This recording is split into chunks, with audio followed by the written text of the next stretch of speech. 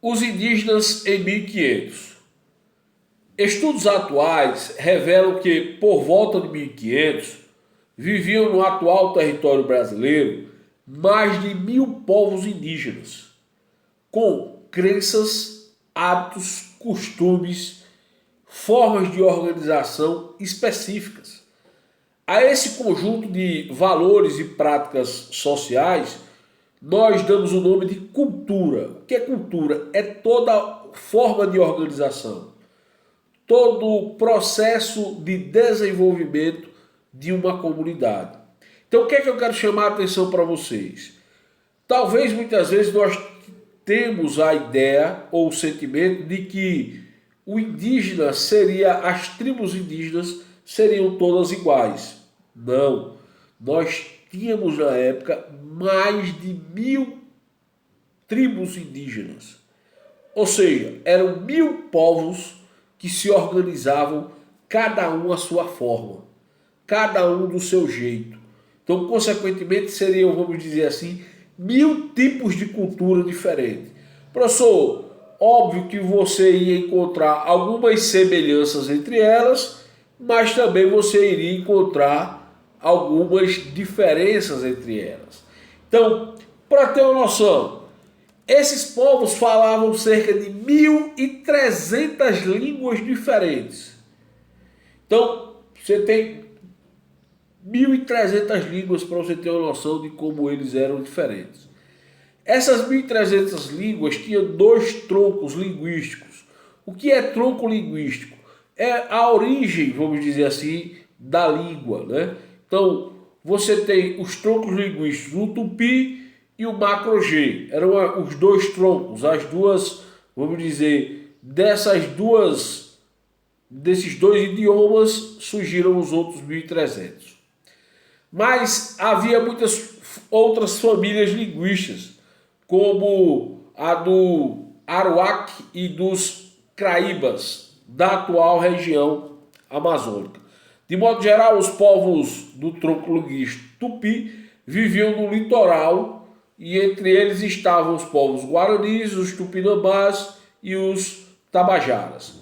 Os do tronco macro-G, como os borró, os carajás e os cariri, viviam em parte no interior do território, região denominada pelos portugueses como sertão.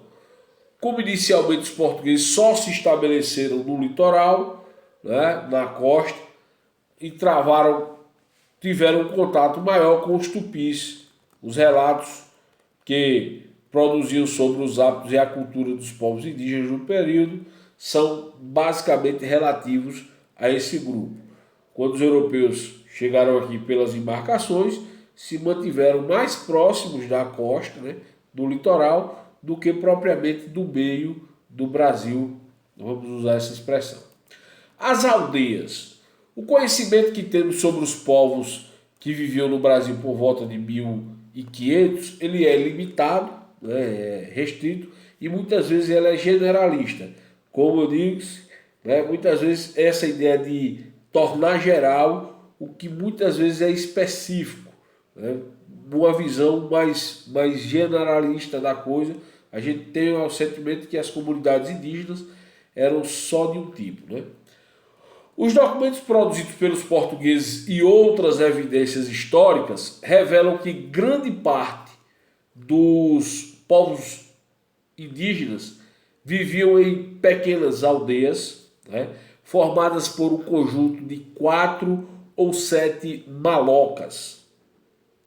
Maloca é como se fosse comunidades, certo? Ou vamos dizer assim, seriam ocas maiores, ou um grupo de ocas, certo? Então, que vivia ocas, certamente vocês já ouviram essa expressão, que é a casa indígena, né?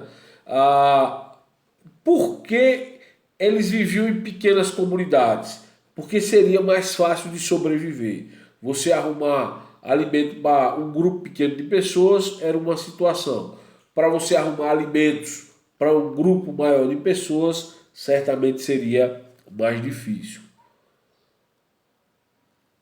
Essas aldeias tinham formatos variados, circulares, em forma de ferradura, ainda adotados por algumas comunidades indígenas, ainda hoje, certamente vocês já viram isso. Lá na página 130, né, você vai ter aí esses diversos tipos de malocas, de ocas, enfim, certo? Então, lá na página 130 você tem essas, vamos dizer assim, casas indígenas mais detalhadas. Uma característica comum às aldeias era a existência de um espaço central entre as habitações, onde se organizavam as cerimônias religiosas, as festas, onde as crianças brincavam, e essas características permanecem até hoje. Então, você tem um espaço central e as malocas, as ocas, são construídas ao redor, certo? Na página 131 você vê essa imagem perfeitamente. Então, sociedade igualitária. Para os indígenas, a chuva ou a seca, a caçada ou a pescaria bem-sucedidas deveriam ser a ação dos espíritos ligados à natureza. Como vocês sabem, as comunidades indígenas têm muito essa ligação com a natureza, e toda a crença religiosa indígena tem esse envolvimento com a natureza. O boitatá, representado por uma grande serpente de fogo, protegia os campos de incêndio. A curupira, descrita como um indígena de cabelos vermelhos com os pés virados para trás, era protetor da fauna e da flora. A figura central dos ritos religiosos indígenas era o pajé, né? Ele entrava em contato com os espíritos da floresta para curar as doenças, e um grande conhecedor dos remédios naturais que era extraído das plantas. Inclusive, a esses rituais realizados pelo pajé é chamado de pajelança. Então você tem dois líderes muito claros na comunidade indígena, que é o cacique, né, e o pajé. O cacique seria o chefe geral, vamos dizer assim, e o pajé seria o chefe religioso, certo? O cara que está ligado às questões espirituais e às práticas de extração, de cura a partir das plantas. Na época da chegada dos portugueses à América, os indígenas conheciam mais de 3.000 espécies de árvores e de ervas para combater os mais variados problemas de saúde. Na Europa, o número de remédios não passava nem de 100 naquela época. Para os indígenas, a terra, a floresta, a água, os animais eram de todos, pois não havia propriedade privada. Então, o que é que a gente chama isso? De propriedade coletiva. Você não tem a figura do meu, da minha, né? Mas a coisa da coletividade. Tudo pertencia a todos. Para resolver questões importantes, como decidir uma guerra, formava-se um conselho composto dos chefes das famílias, né? E as decisões eram tomadas de forma coletiva. O Morum Bixaba, líder da aldeia, era o conselheiro encarregado de auxiliar as pessoas e responder por pequenos conflitos, e resolver pequenos conflitos. Era esse aí, né, que posteriormente a gente vai chamar de pajé. A educação das crianças estava ligada às tarefas de toda a comunidade. O que é que significa isso? Toda a comunidade deveria ensinar as crianças o que fazer, como deveria caçar, como deveria pescar, como deveria cuidar de si, como deveria se comportar na comunidade. Isso não era só responsabilidade da família, mas de todos que faziam parte daquela comunidade. Então, os idosos eram respeitados como guardiões da história e do saber do seu povo, responsável por transmitir aos mais jovens os valores e as crenças de cada grupo. Obviamente que esse tipo de ensinamento utilizava a oralidade, as informações eram trazidas e perpassadas a partir da fala. Esses dados evidenciam que nas sociedades indígenas não havia privilégios nem desigualdades sociais. Os saberes. O conhecimento e os saberes acumulados pelos grupos indígenas eram transmitidos de geração em geração por meio das histórias narradas oralmente. Além da arte de contar história, muitos grupos desenvolveram habilidades como os produtores de arte plumária, que consiste na criação de enfeites e adorno de penas coloridas, também na cerâmica, nos traçados e nas pinturas corporais. Alguns desses povos produziam artes belíssimas. Certamente vocês já viram alguns cocares, né? Enfim, alguma arte indígena certamente vocês já viram. As terras que garantiam a sobrevivência do grupo era feita e distribuída de forma coletiva por todos. Assim também era dividido o resultado do seu trabalho. Derrubar árvores, caçar, pescar, preparar a terra para o plantio, construir as malocas, as ocas, né? Construir armas, canoas, em geral era o trabalho dos homens. As mulheres, além de cuidar da criança, cozinhavam e trabalhavam na colheita dos frutos e na plantação de roças e na colheita, certo? Qual era a ideia que se tinha? A ideia é porque a mulher era responsável por plantar e por colher. As comunidades indígenas acreditavam que a mulher, por ter a capacidade de gerar filhos, de ser mãe, ela tinha uma espécie, um dom de ser progenitora e ao mesmo tempo abençoada. Então, por essa capacidade de ser mãe, ela produzia, ou ela ia para lá para plantar, e a partir daquela semente, os grãos seriam mais abençoados, vamos chamar assim, do que se ele fosse plantado pelos homens. Por quê? Porque a mulher tinha essa capacidade de aumentar, de procriar, certo? Então, por isso que elas praticavam a agricultura. Choque cultural. Os indígenas não conheciam dinheiro, certo? Então, choque cultural. Nem tinha noção de acúmulo de bens e de terras, como na Europa já tinha. Então, eles nem conheciam dinheiro e nem acúmulo de bens, como na Europa se praticava. Os indígenas tinham suas crenças religiosas e o hábito de andar nu, né? Os portugueses, por sua vez, procuravam impor a fé cristã à população local e desejavam mudar esses hábitos. Em pouco tempo, houve esse choque cultural. As comunidades indígenas, o hábito de andar nu ou seminu era comum. Já na Europa, o português, o europeu, estava sempre acostumado a usar roupa. Então, houve esse choque cultural. A prática cristã foi imposta às comunidades indígenas, né? E aí o cristianismo buscava combater essa prática do andar nu. Os portugueses, então, decidiram comercializar o tronco do pau-brasil.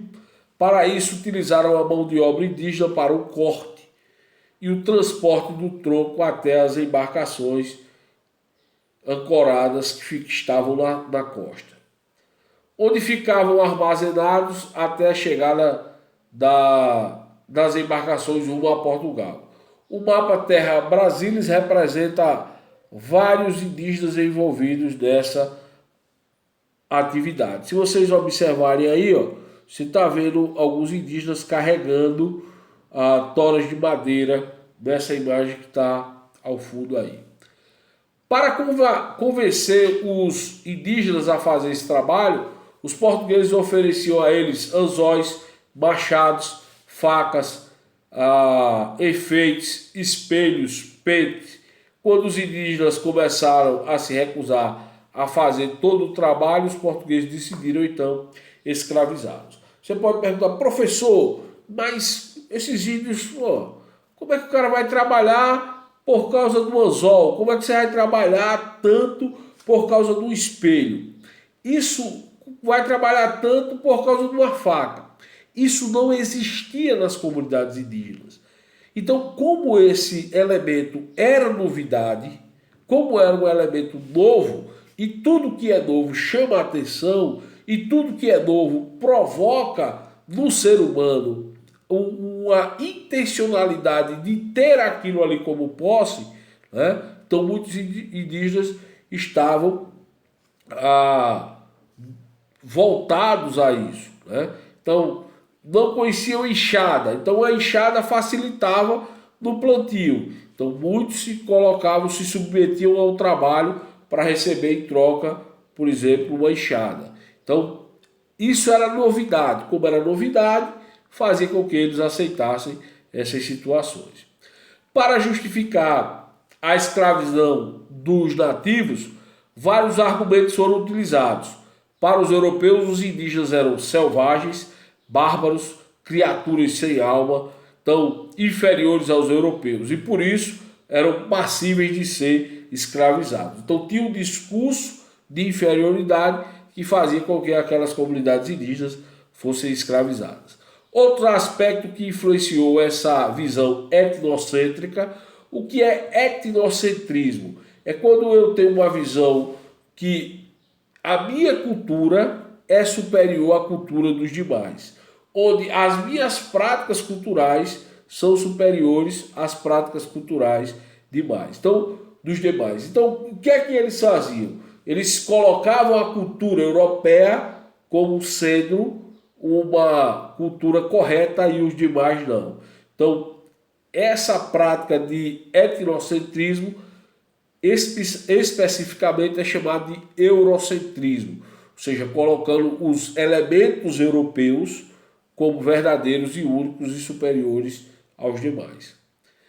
Foi o fato de alguns grupos indígenas praticarem, por exemplo, a antropofagia, ou seja, de terem o costume de comer carne humana, né? A antropofagia é um processo no qual a gente precisa estudar e entender, né? Por que os indígenas comiam carne humana? Era pela fome? Era pela situação precária? Não, não era pela fome, não era, era um elemento que fazia parte da cultura indígena. Nem todos os indígenas, lembrem lá, eram quase 1000 povos, nem todos os indígenas praticavam esses rituais antropofágicos, certo? Eram algumas comunidades. E essas comunidades que praticavam esses rituais antropofágicos eram uma espécie de... Eles não eram no dia a dia. Você tinha uma festa específica, era muitas vezes uma oferenda a um determinado deus, ou muitas vezes era inclusive uma homenagem a quem estava sendo a vítima desse ritual. Por exemplo, um grande guerreiro de uma outra tribo era presa, né? Antes desse grande guerreiro que foi preso ir para esse ritual, ele era bem alimentado, era bem cuidado. Por quê? Porque muitas vezes eles tinham a ideia de que a força daquele guerreiro, de que a capacidade que aquele guerreiro tinha, estava na pele, estava na carne, estava nos músculos. E, consequentemente, se eles se alimentassem daquele guerreiro, eles teriam também aquela força, aquela capacidade.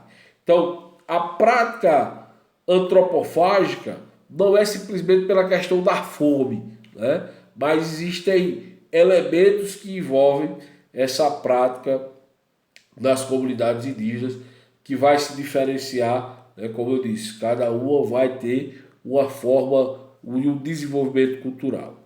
Então é isso, pessoal. A explicação fica por aqui. Daqui a pouco estarei postando a atividade desse conteúdo. Valeu, forte abraço.